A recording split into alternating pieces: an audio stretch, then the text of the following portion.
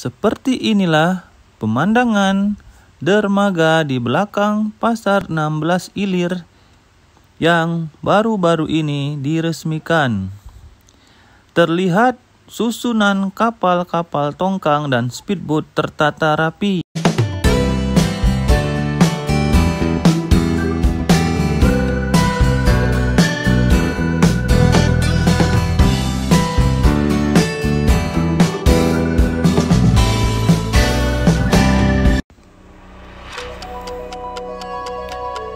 Seperti inilah pemandangan dermaga di belakang Pasar 16 Ilir yang baru-baru ini diresmikan.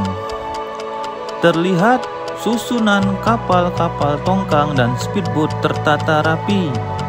Bahkan ada juga kapal-kapal besar yang bersandar di pelabuhan ini.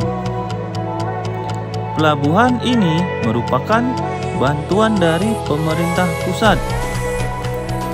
Merupakan bagian dari penataan kawasan 16 Ilir.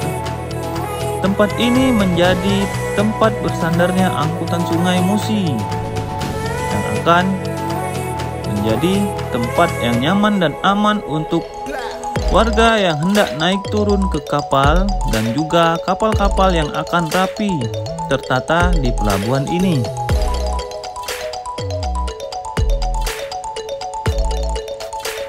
Dermaga ini dikonsep modern.